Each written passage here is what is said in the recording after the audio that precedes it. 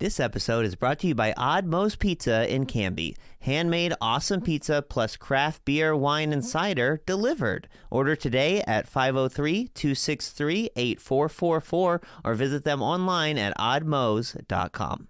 This episode is also brought to you by Canby Foursquare Church. Since 1978, a place to grow, connect, and serve. Sunday services on campus and online at 9 a.m. and 11 a.m. Learn more at canbyfoursquare.com.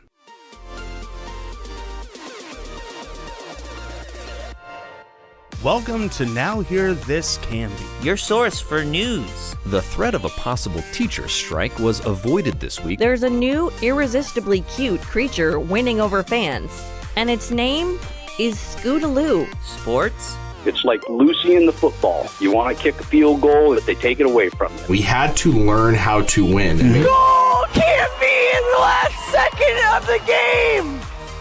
And interesting conversations. Because I'm one of the strongest girls ever, and I know that for a fact. I just really enjoy writing gossip as if I was a bear. With an old maid daughter that make the best moonshine in the coast. And if it would have hit me in the face, I think I would have died. I really do. I guarantee you would have died, man. Are you kidding me?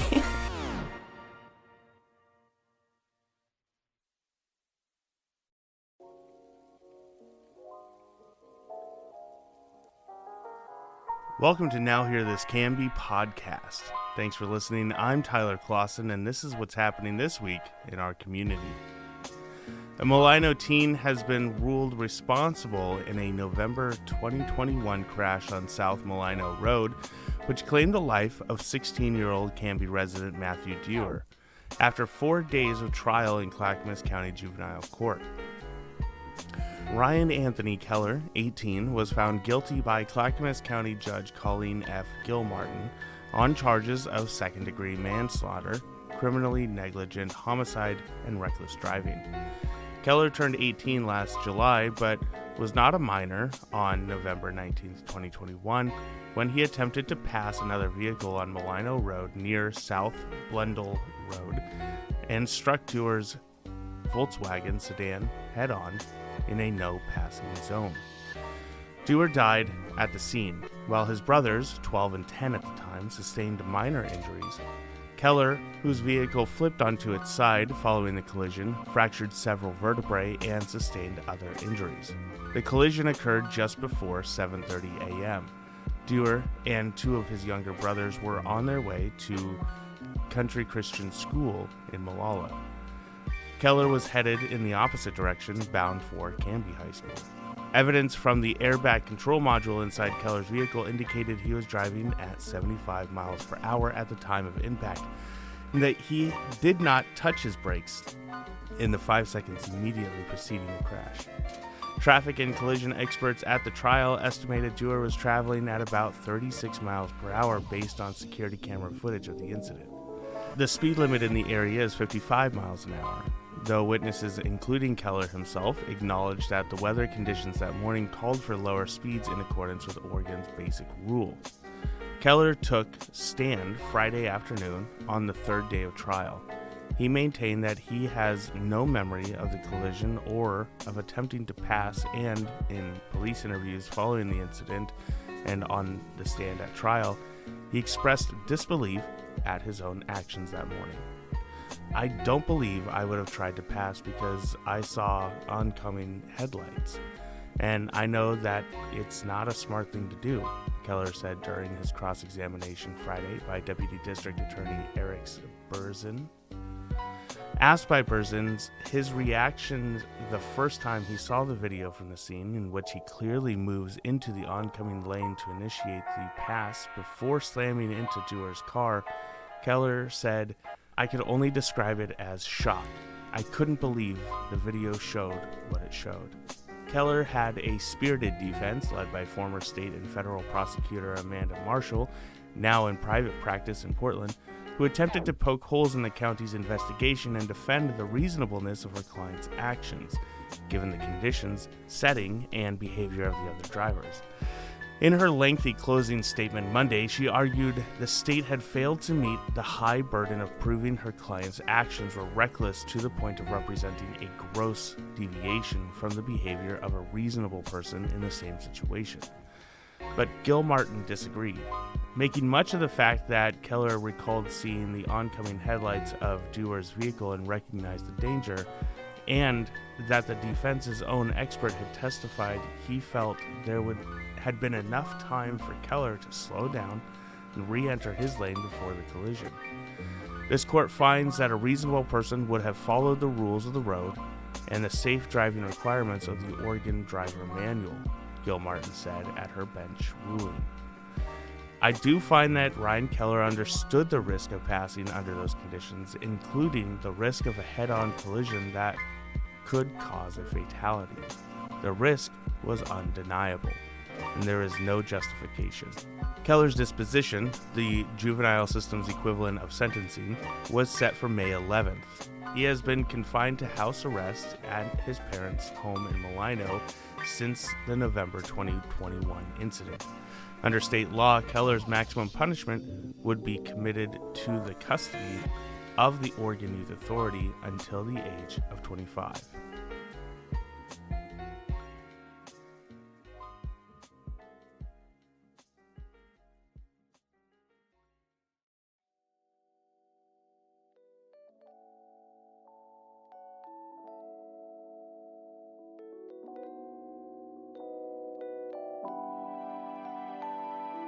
A new bipartisan bill has been proposed in the Oregon legislature that would put the brakes on the Department of Transportation's tolling plans for I-5 and I-205. If passed, the Oregon Department of Transportation would be barred from moving forward with its plans to establish tolls in the Abernathy and Tualatin River Bridge areas of I-205 as early as next fall. In fact, the bill, Senate Bill 933, would prohibit the state from addressing any tolls on I-5 or I-205 with the exception of the I-5 bridge crossing the Columbia River, which both ODOT and the Washington Department of Transportation have been long discussing replacing. The bill would also force ODOT to conduct an analysis of all reasonable alternative funding sources for highway projects on the Abernathy, Tualatin River, and Boone Bridge, and report its findings back to the legislature by December 1st. The bill's chief sponsors include Democratic Senator Mark Meek of Gladstone and Representatives Janelle Bynum of Happy Valley and Courtney Neron of Wilsonville, as well as Republican Senator Daniel Bonham and Representative James Heap, who represent Canby in the Oregon Senate and House. The bill has been referred to the Joint Committee on Transportation. You can find a link on our website at canbyfirst.com. The state is also seeking public input on its tolling plans via email and an ongoing environmental assessment on the potential project, with webinars planned for March 14th and 16th and a virtual public hearing on April 4th. The tolling proposal would add gantries to both Abernathy and Tualatin River Bridge, with the amount varying from 50 cents to $2.20 based on the time of day and other factors. The tolls would run electronically, with sensors reading a small transponder attached to the windshield and bill a prepaid account. If a vehicle does not have a transponder, a camera will capture the car's license plate and the registered owner will receive an invoice in the mail.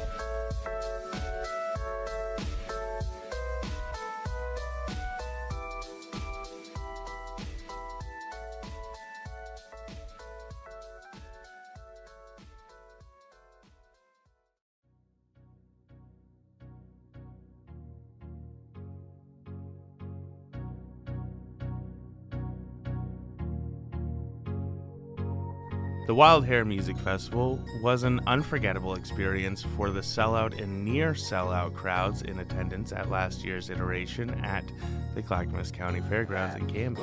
And organizers were validated when the event was named Music Festival of the Year in the Ovation Awards at the Oregon Festivals and Events Association Conference in Seaside last weekend. Reach This Week festival co-owner Jason Feldman said it all started with Joan Monin. his partner in not only the Wild Hair Music Festival, but also its older sister festival, the Hairfest. He credited Monin for both the original idea for what was to be known then as the Wild Hair Country Festival and its focus on the red dirt genre of the country music. "I've got to give it to Joan," he told Now Hear This Canby. "She came to me years ago and said, this is the genre we should be doing. And she was totally right. And to have such a magical festival last year, the first ever headlining event for Zach Bryan, it's just incredible." Fellman, who attended the conference last weekend along with Hairfest and Wild Hair Music Festival general manager Kyle Lang, admitted to being thunderstruck by the award. "I was surprised because there are so many good festivals in Oregon," he said. "And though ultimately it's not your goal when you produce a festival to win an award, it's cool to be recognized for something that we and a lot of people worked really hard on." Though Hairfest, the so-called mother of all tribute band festivals, is barreling full steam ahead for its 11th edition at the Canby Fairgrounds this summer, the team did announce late last year that Wild Hair Music Festival will not be returning due to events outside of their control. Fellman said he could not go into detail. "There was no falling out because anyone or anything like that," he said. "The situation is just such that it makes it unrealistic for us to be successful, and we are certainly not giving up on the genre. But the Wild Hair Music Festival as it was, we can't do that right now." For now, the team is focused on Hairfest 11, which will return to the Clackamas County Fairgrounds on July 14th and 15th. And the second iteration of Flannel Fest, a 90s-themed tribute band festival at the Grant County Fairgrounds in Moses Lake, Washington. Fellman said the team is actively exploring other markets and areas and expects to announce some major new events late 2024 or 2025. "We're not dead yet, I'll leave it at that," he said with a laugh. "We've got some really special things in the works." Tickets and information for Hairfest 11 are available online at hairfest.com.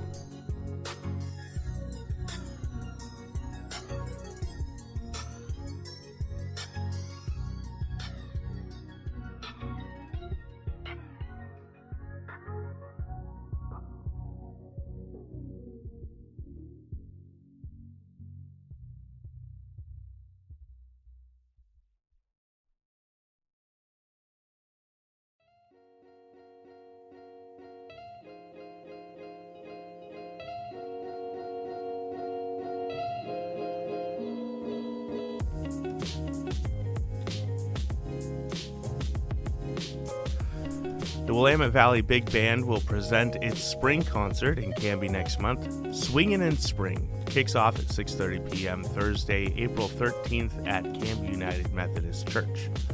A new staple for the Light Up the Night Christmas event in Waite Park and other local events over the past couple of years, the Canby-based Willamette Valley Big Band is a 17-piece ensemble of brass, woodwinds, and rhythm section, plus male and female vocalists.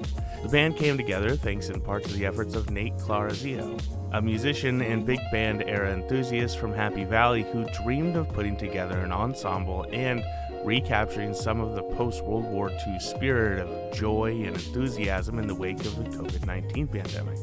The group performs the best hits of 1930s, 40s, and 50s, including the repertoires of Benny Goodman, Artie Shaw, Glenn Miller, and the Dorsey Brothers. The band is directed by Dr. Jeffrey Nelson and features the talents of many musicians from Canby and other Clackamas County communities. Canby United Methodist Church is located at 1520 North Holly Street. Suggested donation for entry is $5.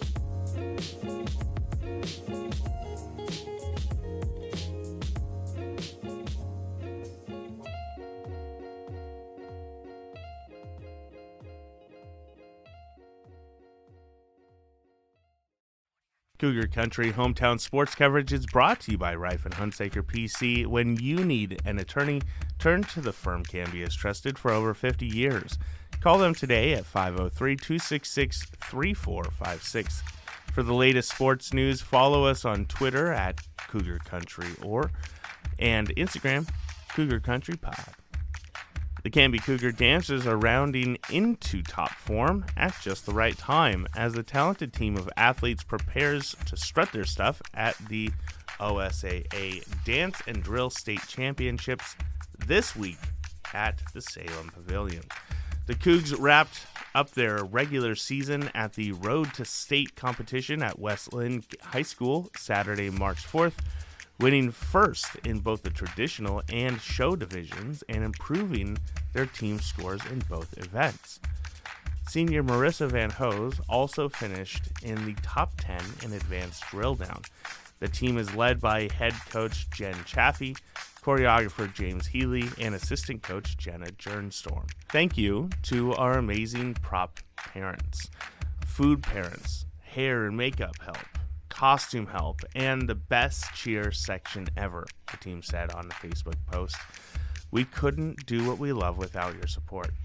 The Canby Cougars formed a dynasty of excellence in the 2010s as one of the most predominant high school dance teams in Oregon, winning 5 straight state titles in the show division from 2015 to 2019. The team was set to compete for an unprecedented 6th championships in 2020 when the tournament was canceled mere days before it was set to begin due to the COVID-19 pandemic. When the championships returned in 2022, Canby's title defense again ended in disappointment as a penalty bumped the Cougs into 3rd place finish. The OSAA Dance and Drill State Championships will be held Friday and Saturday, March 17th and 18th at the Salem Pavilion. Canby's show and traditional performances are scheduled for Friday evening.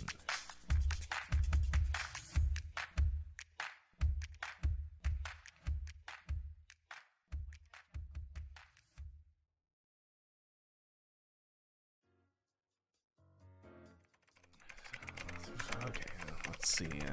Natural gas, water lines out to the garage, extra bookshelves for my comic book collection. Hey, Tyler, house hunting, huh? Find one with everything you're looking for? I might have. This one has an ideal floor plan and all the utilities set up the way I want. It's perfect. Well, that's great. And the place has the internet service you need as well? The internet? I guess I didn't think to check that. Tyler.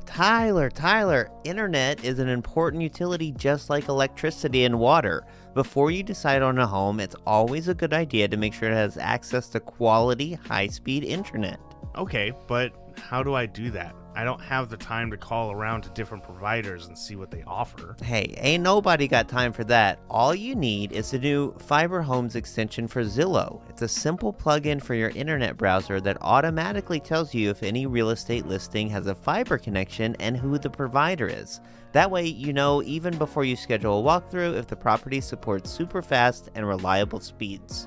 Okay, well that's pretty cool. So how do I get this browser extension thingy? Just visit directlink.coop/fiberhomes. They have instructions for how to set it up. And the best part? Any home in the Canby and Mount Angel areas with a fiber connection is going to be served by DirectLink. So not only do you have access to reliably fast gigabit speeds and amazing local service, but also unlimited data, no hidden fees, and advanced Wi-Fi equipment included with every package. Okay. Oh, look! This one does have fiber! Sweet! Hey, I'll be invited to the housewarming party, right? As long as you bring a computer. If you or someone you know is searching for a new home in the area, visit directlink.coop/fiberhomes to find results that have access to DirectLink's fast, reliable, and secure fiber optic network.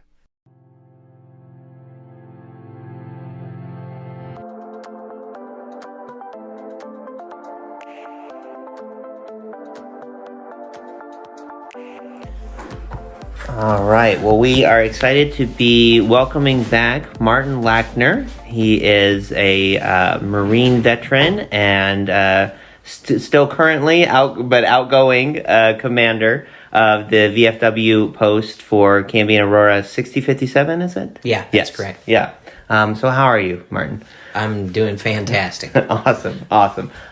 We just did, which I know is one of your most meaningful and favorite events to lead in Canby, the Iwo Jima Remembrance Ceremony, your 10th. I know you've been doing it 10 years. Correct. Yeah. Yeah. Let's talk just a little bit about that and what that was like. Well, we made sure even during COVID that it took place, and now that we have so few, World War II veterans to honor. Yeah. At this point, we've kind of changed the focus to trying to not forget their sacrifice and the world that they represented. Yeah. It's important to remember that without that generation, there's a reason they call them the greatest generation. If without that generation, we wouldn't have the freedoms. Yeah. And we definitely wouldn't have had all the I don't know what the word I'm looking for, but just peace and stability. Well, yeah. And you look at before World War II, and we even had, it was World War II. We had a World War before that one. Right. But you look before, and there are still obviously places where there's lots of instability and things, but especially in Europe and places, it was just wars constantly before World War II. And we've really enjoyed, on balance, a global period of peace and stability. Right. Thanks to what happened there. Well, and their generation is responsible from everything. We didn't have single family homes. We didn't have subdivisions. Right. We didn't have a car in every garage. Right. So there's a lot of things that we see as a normal modern day American life that didn't exist before that. And all of that comes from the World War II generation, because before that, you had multiple generations living in one house, and people, if they had a car, running water, that was something special. Right. So. Yeah. JFK had this great quote that I think about a lot, especially on Memorial Day, that a nation reveals itself not only in the citizens it produces, which is obviously important, but also the citizens it remembers. Right. You said something, obviously not that quote or not exactly those words, but you kind of said something like that just now, and I remember that at the ceremony as well, just how important it is to remember that generation, and really all who serve. They kind of represent the best of us. Right. Yeah. It's everybody serves for different reasons, and some people. Myself. I was a high school kid getting in trouble. I want to talk about that a little bit. Yeah. How did you get into the service? I grew up in Detroit, Michigan, in a single parent family, and it's a rough neighborhood. It's a rough place to grow up, and I started getting in trouble. Yeah, and my choices: not having money for college, not being able to do anything. Yeah. Beyond high school. A little limited. Yeah.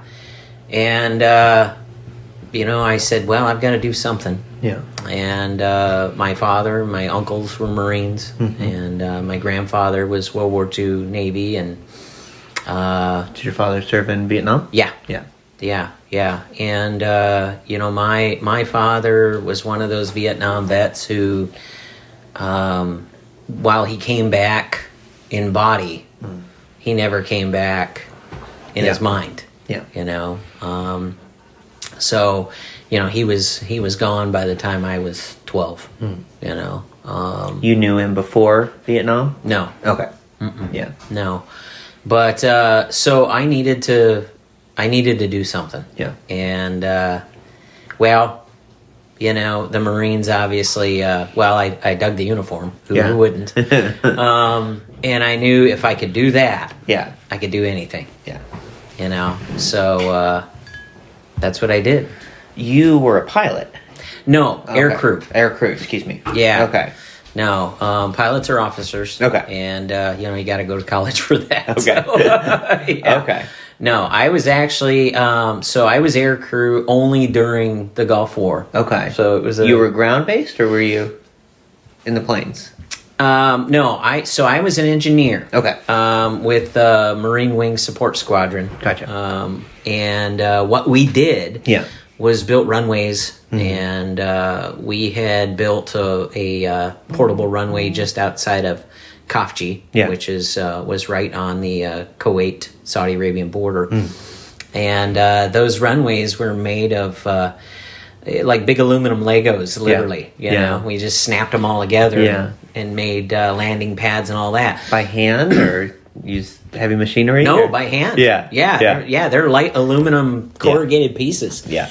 And so what happened, we ended up being attached to a couple of helicopter squadrons that came in. So we had Cobras, we had CH-46s, which is like what Columbia Helicopter does. Yeah. And then we had CH-53s. Yeah. The Navy calls them Sea Stallions, but great big 3-engine, 7-blade monsters.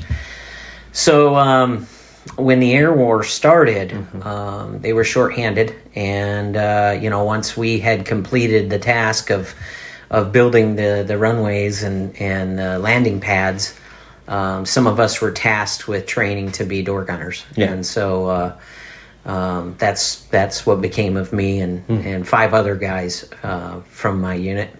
Yeah, and so we flew missions as door gunners into Kuwait and northern Saudi Arabia. Yeah. So that's what makes me air crew. Yeah. Can you talk about a little bit of what that was like? Well, I mean, I do remember mostly. I'm sure a lot of people saw the videos and TV. You know, I didn't see the TV until many years later. Yeah. But when you saw all of the anti-aircraft guns, in Kuwait, you see what's called a tracer round. Yeah. It's that bright light that flashes up. Yeah. I don't think a lot of people realize that tracer rounds on average are every third or fourth round. Yeah. So there are several rounds in between those two lights also that you don't see. Yeah. Terrifying. Yeah, so when you're flying toward that, I remember when I first saw it, I was thinking, there is just no way. I'm not going home. Yeah. There's no way we're going to survive this. Yeah. And, fortunately, the Iraqis aren't a very good shot. Clearly, yeah. Right. Yeah.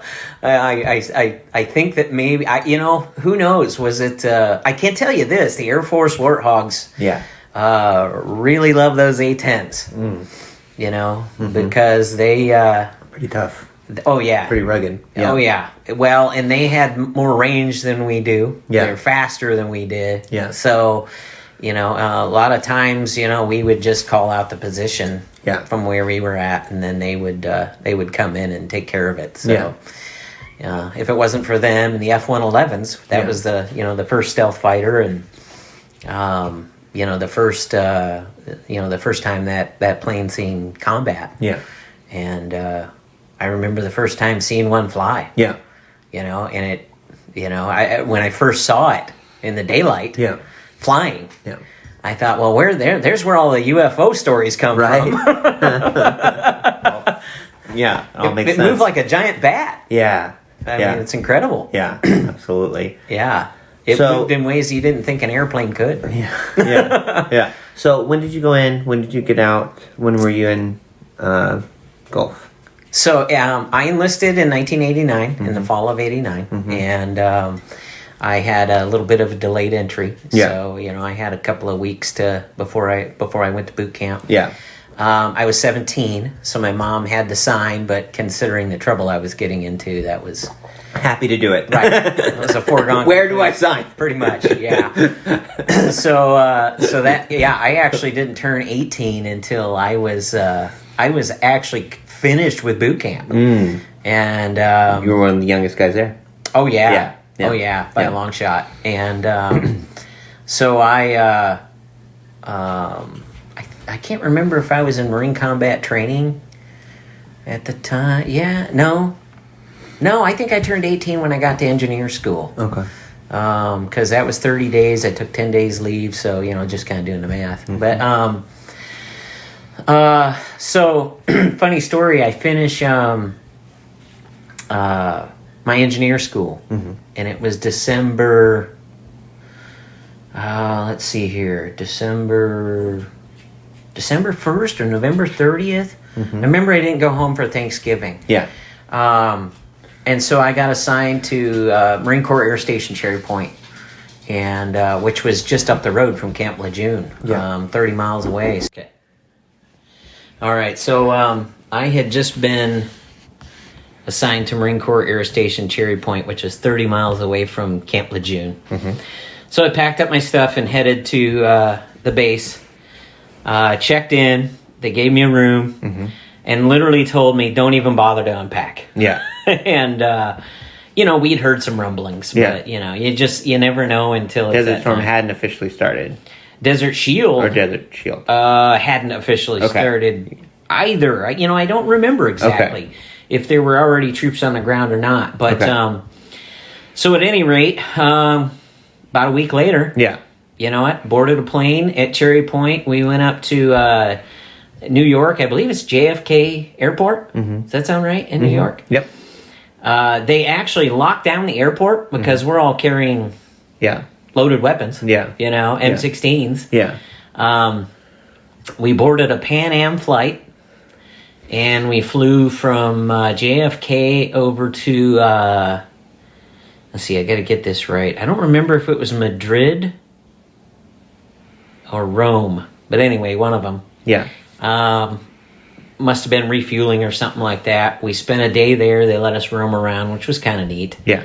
It was Madrid on the way there and Rome on the way back, or vice versa. I don't remember now. But anyway, and then we took off the next day in the dark.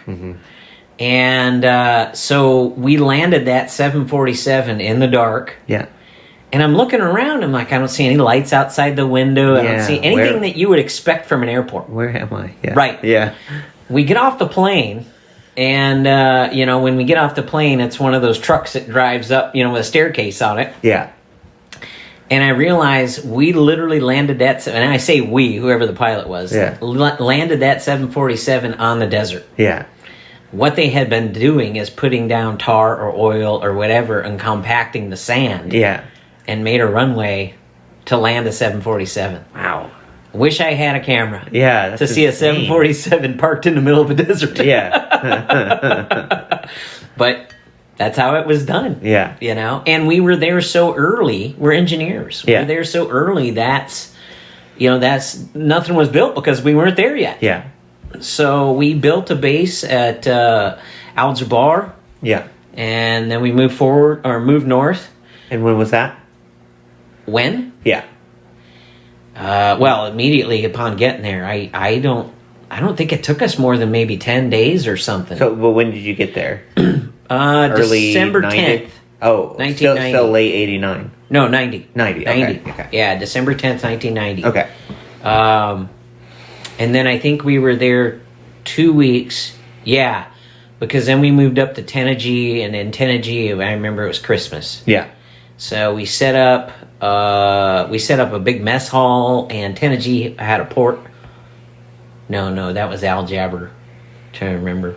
Anyway, we were there for 2 weeks, and then we went up to where we set up the runway there outside of Kofji. Yeah, and we could see Kofji at night. Yeah, so we were looking at them, looking at us. Yeah, So to borrow a saying from Guantanamo Bay. Yeah. Yeah. But anyway, and then the air war kicked off sometime in January. I don't remember when it was, what day it was now. Yeah. I've never been very good with dates. Yeah. And even sometimes locations. I was one of those Marines that I was just doing my job. Yeah. It really didn't matter where I was. Yeah. Didn't matter what day it was. Yeah. The one thing I am thankful for is, like I said, the Iraqis were a terrible shot. Yeah. Their artillery couldn't hit us. Yeah. Those Scud missiles were worthless. Yeah. I remember seeing them flying over. Yeah. And of course, when they're going over your head, you're thinking, well, oh gosh, that could be. But those Patriot missile batteries, intercepted them every time. But then at that point, you're just worrying about them falling on your head. Right. Still does the trick, right? I mean, True. Yeah. So how long were we over there? So a lot of people don't realize that we had Desert Shield, Desert Storm, and then it was followed up with Provide Comfort. Okay. I know that we had people think of Desert Storm and Desert Shield as which they were, but very short. We were in and out, but we weren't really out. Well, and I get the jokes from my fellow vets, especially Vietnam vets, that say the 100-hour war. Right. Well, it's true if you were on the ground. Yeah. The ground war. The tanks rolling in and all that. Yeah, 100 hours. Yeah. Somewhere around there. But if you were air like me, it was much longer. Yeah. Because we were softening them up, so to speak, for a long, long time. Yeah. Before that ground war. And when I say a long time, it was, similar to, I'd say, Normandy. They were shelling those guys for a couple of days before the troops, came in. But because we were flying sorties for, must have been a month. Yeah. It seems like a month. Yeah. Yeah. And, anyway. So Provide Comfort, what was that about? Cleaning up the mess. Yeah. Yeah. And when I say cleaning up the mess, a lot of those troops defected. Yeah. So, a lot of those Iraqis tried to just blend into the community. Yeah. So some of that is, finding them and we had a lot of POWs. Mm. So, processing them and, whatever the higher chain of command did with them, I don't really know what became of them after we turned them over. You know, I'm assuming they just got sent back to Iraq at some point. Yeah. But they were definitely trying to blend in, and, some of them were, even still up to no good. Yeah. Mm-hmm. So that's kind of, that's what Provide Comfort was, and, helping clean up the mess. Yeah. Because the thing about the the Republican Guard, mm-hmm. they just destroyed everything. Yeah. Indiscriminately. Yeah. For no reason. Yeah. I never could figure it out. I mean, they destroyed perfectly good resources that I'd think they could have used. Yeah. Fire trucks, the fire trucks at Kuwait International Airport were brand new fire trucks, but they burned them and blew them up and shot them. I don't understand the point. Yeah. So there was a lot of that. Yeah. The control tower at the airport, because obviously being air wing and air crew, mm-hmm. That was our primary focus, is getting that runway operational. Yeah. Just the damage mm-hmm. that was done to it, just from inside. Yeah. I hate to say it, but it looks a lot like, some of the stuff I've seen metal thieves do, where they just gut the place and tear stuff up just for the sake of doing it. Yeah. Yeah. So, and then, there was what's known as the Highway of Death, mm-hmm. That was quite a mess to clean up. Yeah. Yeah. What was that? You're talking hundreds of burned out vehicles and thousands of casualties. Yeah. Not on our side, on theirs. And, and you would run into all kinds of things. Sometimes you would be out on a patrol in the desert, because even though we're air, we still go on patrols. I mean, we're all, every Marine is a rifleman. Yeah. That's how it is. I mean, I carried an M16 with me all the time, at minimum. Yeah. Even when I was behind a 50 cal, I still had my M16, locked into its cradle next to me. Yeah. I suppose that, if you need to turn to it, you need to turn to it. So we would still do patrols, especially in the very early stages, because we didn't have any grunts, that were assigned to our location yet. Yeah. But so you'd be out walking around the desert, and and I say walking around the desert, I mean cities out there.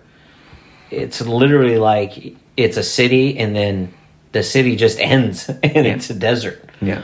I used to get a kick out of not a lot of suburbs. No, and there were places where you'd have 4-lane highways that literally just ended. Yeah. And it's desert. Yeah. It's like, someday we'll go further than this, but this is as far as we're going right now. Right. And you would find a piece of corrugated tin. And we learned this real quick, just laying out there. And you learn to approach it with care. Yeah. Because it may just be a piece of tin laying there. Yeah. But it may be covering a foxhole. Yeah. And that's what you had to watch for. Yeah. And in some cases it was, and in most cases, the foxhole was empty. Yeah. In a few cases, it may have housed, a deceased combatant. Yeah. And I don't remember ever running across any that were still hostile. Most of the time they were hiding and they were hungry. Yeah. Yeah. And they just wanted food and they didn't want to go back to Iraq. Yeah. So, yeah. Yeah. Yeah. So how long total were you over there before you came back home? So I ended up doing 3 tours and I was there 17 months. Okay. Yeah. I keep asking you about dates. I know you're not good with dates. Right. I remember coming back in June of, 92. Okay. Yeah. And then what did you do stateside? I was still an engineer. So Okay. our job at Cherry Point mostly went loading and unloading aircraft. Yeah. Crane operator to, when they did engine and maintenance repairs, so we would run the cranes. Yeah. So pretty much, all the heavy lifting, so to speak, not with our hands, but with our equipment. So I ran several different kinds of forklifts. I had a couple of different cranes. My favorite was the container handler that picked up the big 20 and 40-foot containers. Yeah. Just because it was a monster of a machine. Yeah. And everybody likes to drive giant Tonka trucks. Yeah. So that's pretty much what that was. Yeah. That's fun. Then we had a little forklift that we called it a dune buggy with forks. Uh-huh. Because it literally looked like a dune buggy. Yeah. And it was really fast. Yeah. But it had forks on the front of it. So, it was just for expedient movement of product, Yeah. Yeah.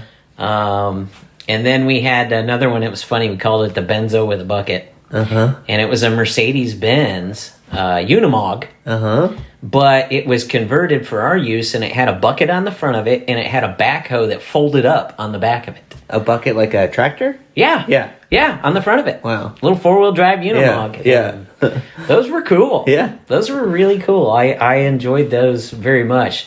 They seemed really top heavy and tipsy, and like the thing was going to tip over at any minute, but they never did. Yeah. Yeah. Yeah. So, not when you were driving them anyway, right? well, yeah, I'm sure somebody might have, but, Yeah. I tried to avoid that. I really, didn't want to get in trouble. Yeah. So when did you get out? 93. Okay. Yeah. And how'd you get out here? So, when I was getting out, I had called my uncle who worked for Chrysler. Yeah. And he just literally said to me, if you have anywhere else to go, just go. Yeah. Don't come back to this place. Yeah. Detroit was in the decline long before that. Yeah. It wasn't getting any better. Yeah.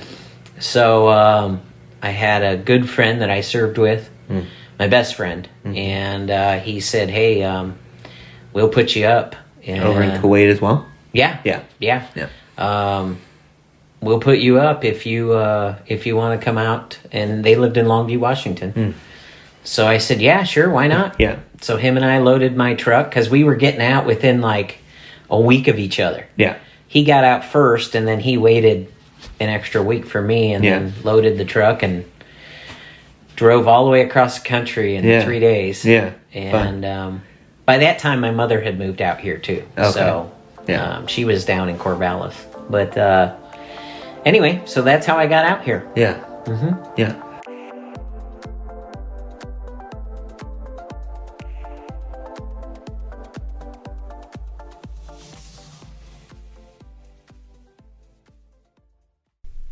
Tyler, did you know that the Australian lyrebird can mimic any sound that it hears, even chainsaws? No, that's super interesting. Did you know that a baby puffin is called a puffling? Or No. that baby sea otters can't swim, so their moms wrap them up in pieces of kelp until they learn how to paddle? Wait, do you know any trivia that isn't like animal related? Not really, but here's some stuff you may not know about the Wild Hare Saloon, where Canby goes to eat and have fun. Okay. The Wild Hare is one of Canby's longest-running locally owned restaurants. Owners Joan and Darren Moden have been in business for 16 years. That's cool. Heck, you were just a baby back then. Wait, what? And they love to give back. They've been members of the Canby Chamber for that long, and they donate over $20,000 to local sports, FFA programs, and civic organizations each year. Wow, I'm legitimately caught off. That's cool. Yeah. They also support more than 30 jobs in the community through their award-winning staff, some of them as young as 18. Hey, that's older than you are. Dude, I'm 10 months younger than you. With the days getting longer and the weather getting warmer, the Canby Wild Hare's expansive outdoor patio is the place to be. Furry friends welcome. Well, that sounds great. I'm going to go check them out just off of Highway 99E next to the Space Age in Canby at 1656 Beaver Creek Road in Oregon City, or on their website at thewildharesaloon.net.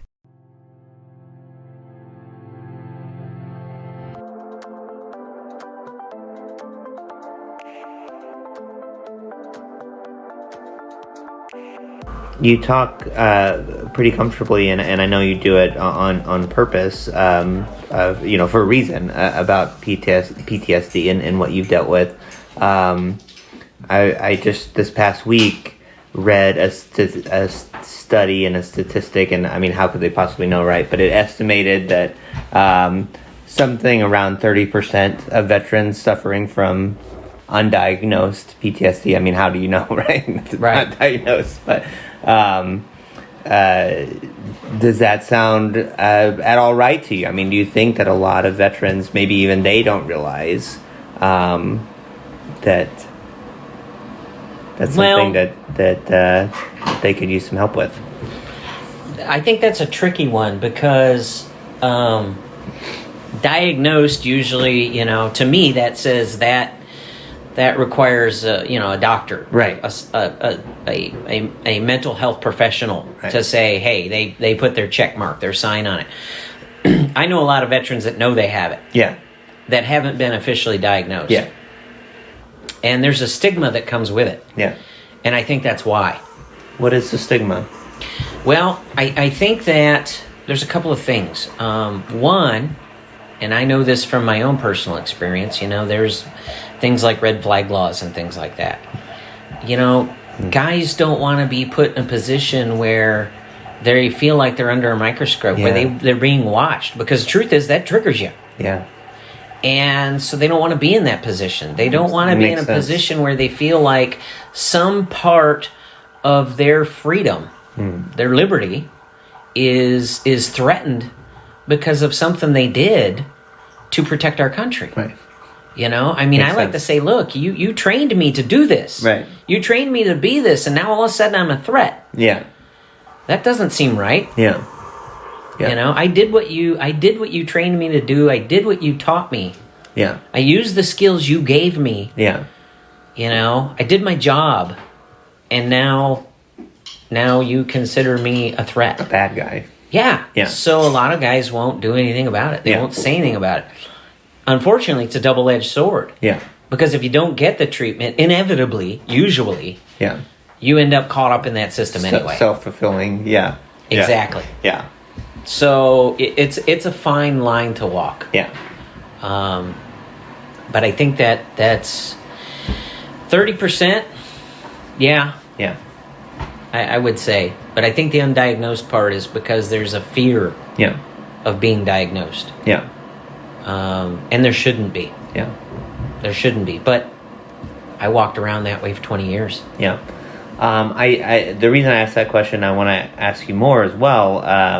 For people who might be listening to this, which the majority probably are not veterans and maybe don't have close relationships with the veteran, maybe just don't understand a lot of this stuff. Is there things that you think the general public would benefit from just basic things that they might benefit from understanding about people who served, what they experienced, what they might still be carrying. I know every story's going to be different. We don't want to paint with broad brushes, but just are there even a few kind of things that you would want people to know and understand? Well, you're right that every single, era of veteran has a different experience. Yeah. Even every veteran in that era has a different experience. Different branches, different units, different... Yeah. The community you grew up in, Yeah. I mean, how you process that event, that experience is going to vary. It varies as many as there are people who experience it. Yeah. The one thing, and I've talked to a lot of guys over the past 15 years. Yeah.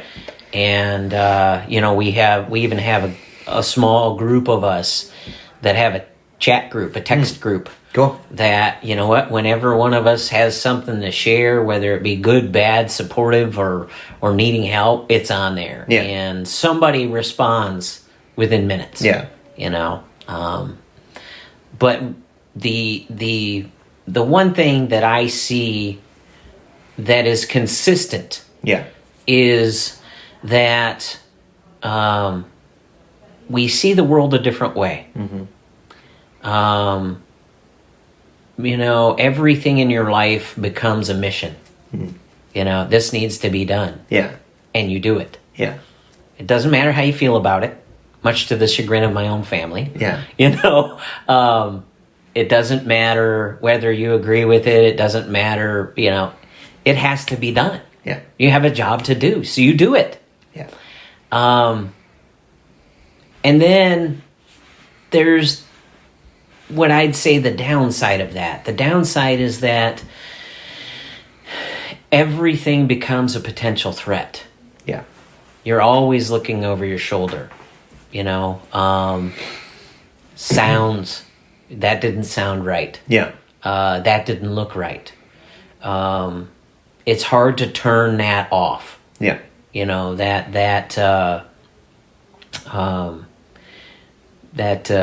intensity. Yeah. And I actually had somebody refer to me this way, and originally I took it as a compliment. I didn't understand it. They told me that I intimidated them because of my high energy and intensity. Yeah. And as a Marine, you're just like, wow, thanks. Yeah. I still got it. Yeah. Nailed it. Right, exactly. But as a civilian, it was just like, oh, I get it. Yeah. I get it. That's a bad thing. I can't help that. Yeah. That's who I am. Yeah. But you walk into a lot of us, and for some of us it goes away, some of it doesn't. Yeah. For a long time, I would walk into a room and you immediately, where are the exits? Yeah. Where are the threats? Yeah. You scan the room looking for anyone who, potentially, fits a persona or an image in your mind that you see as a possible threat. Yeah. Friendships. When you meet people, people talk to you because they want to get to know you. They want to know things about you. But that becomes, why are you asking? Yeah. Are you interrogating me? Yeah. That's what happens. Yeah. And it makes relationships really hard. Yeah. And for myself, I found that I had to develop a persona. Mm-hmm. This is the me that people can digest. Mm-hmm. But that really wasn't me. Yeah. That was my personality. Yeah. And it's who I wanted to be Yeah. in many cases, but it wasn't who I was on the inside. Yeah. Yeah. So what helped you? Well, like you had mentioned earlier, I have no problem being very forthright and very open because I hope that my experience will help others.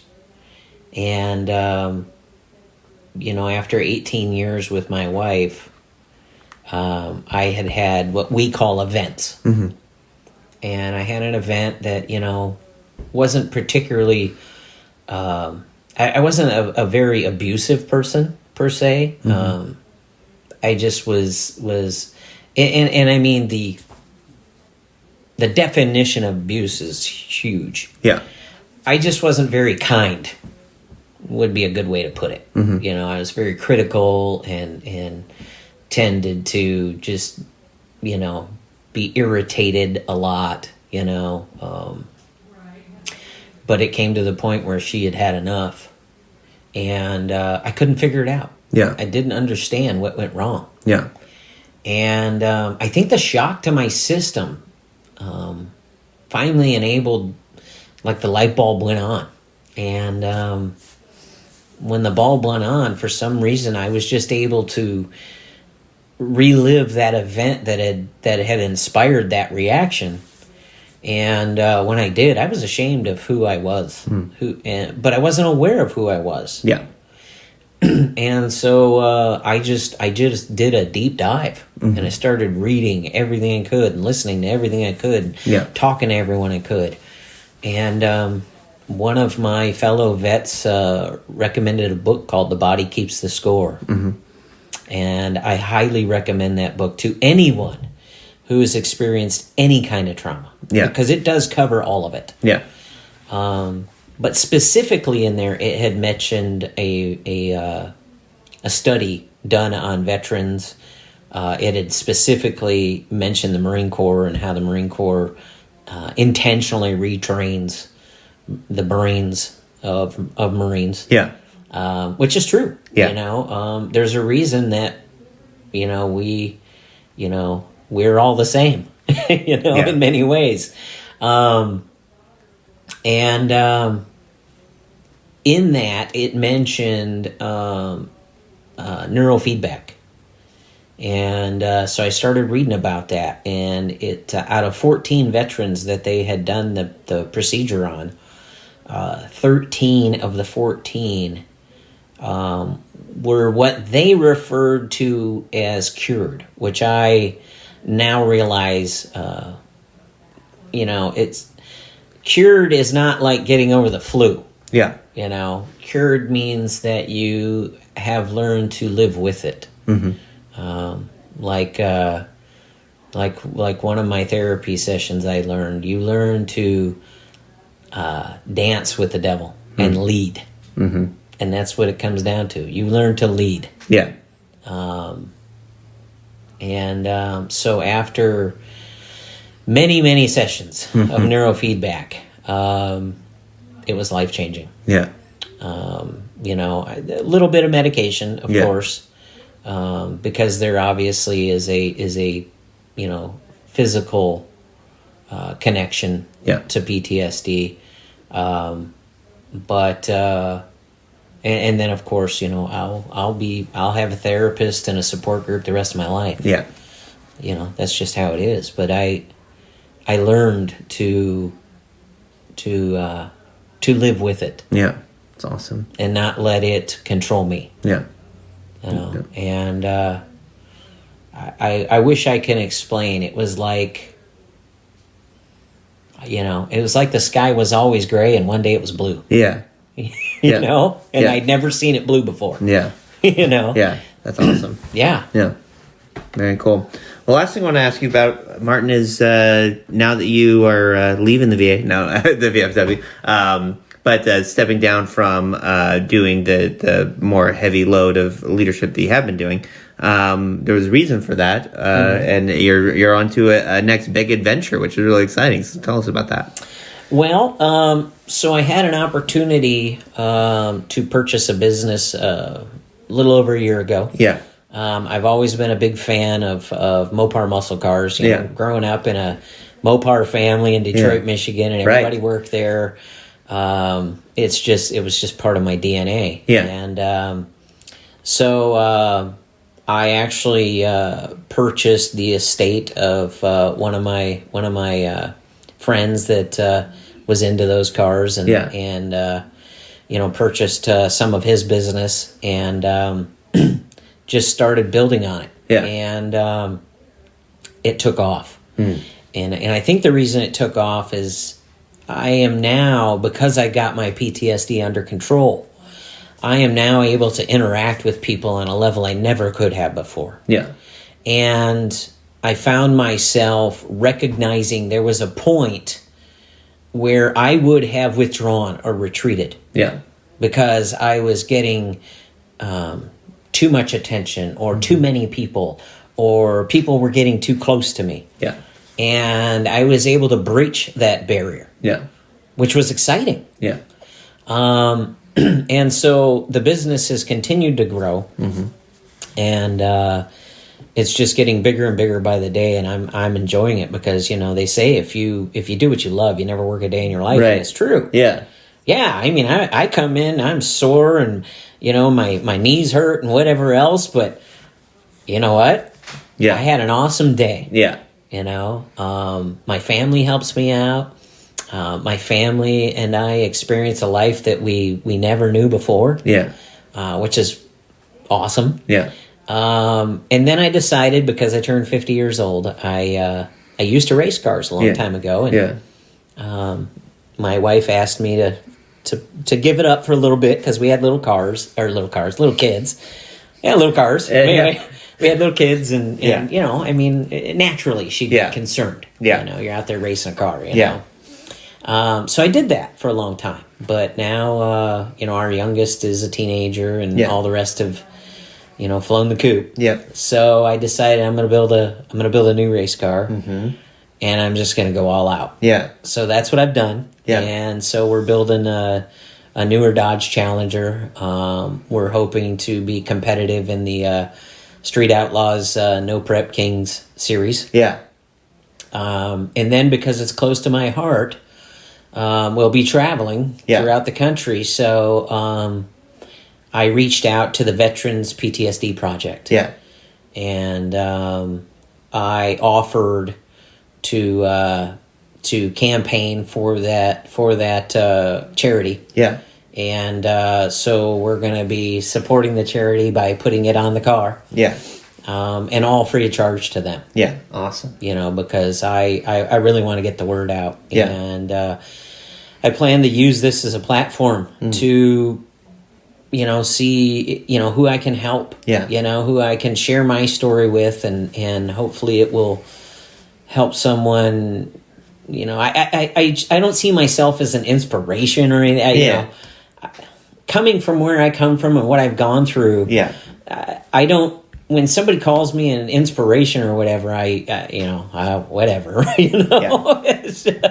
I guess maybe and I don't care if you were there for 1 day, 1 week, 1 month, 1 year, or whatever. Yeah. PTSD takes on different forms for different people. Yeah. One event in a single day can change your life. Being immersed in it for months on end or years on end will change it too. Yeah. I think the number one takeaway for society, or civilians, if you want to call it, when you go up to somebody and say thank you for your service, really understand what you're saying. Yeah. It's not a hashtag. Yeah. It's not something you can put on your Instagram and say, this is what I did today. Yeah. Or a picture. It's not a photo op. Yeah. It's different for each one of us. Yeah. Everybody wrote the check. Yeah. Those of us in the VFW, well, Uncle Sam cashed it. Yeah.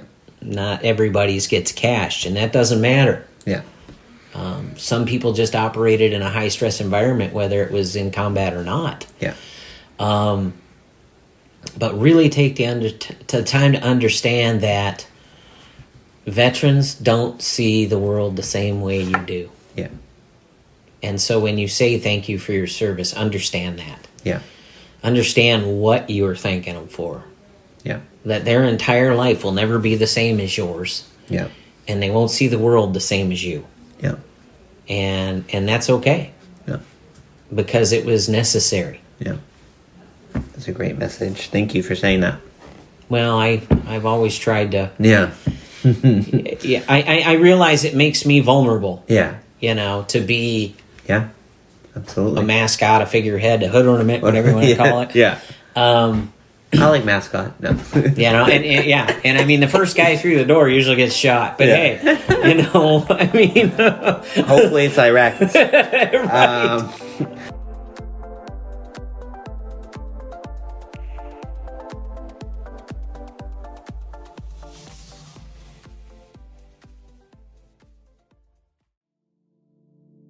Hey, I'm AJ. I'm your local Oddmos franchise owner. I'm Mike, co-founder of Oddmos. And we're the hosts of The Odd Pod, a podcast about life in the pizza industry. We're going to have on some franchisees. We're going to have some different vendors on.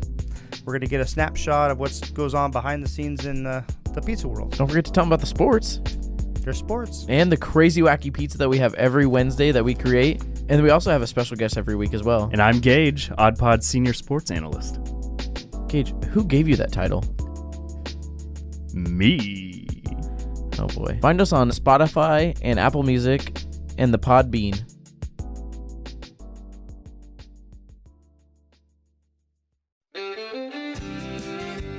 Now Hear This Canby is produced by me, Tyler Clausen. Our content director and star reporter is Tyler Frankie. And of course, our show is edited by Cameron Clausen. We also feature the vocal talents of Joyce Struby and James Walden. So a round of applause to them. The song that you're hearing right now is Canby by singer-songwriter Olivia Harms, used with her permission. To find more work from her, you can visit her website olivia13.com. Now Hear This Canby is dedicated to preserving independent local journalism and redefining local news with our fun, fresh, and energetic brand of storytelling. Our sincere thanks to our local sponsors who make this show possible. Please show your appreciation by supporting the small businesses who support us. The production of Now Hear This Studios, Canby's locally owned full-service audio, video, and media production company. Our mission is to produce the best content in the universe, and we'd love to help you do it. Find us online at nhtstudios.com.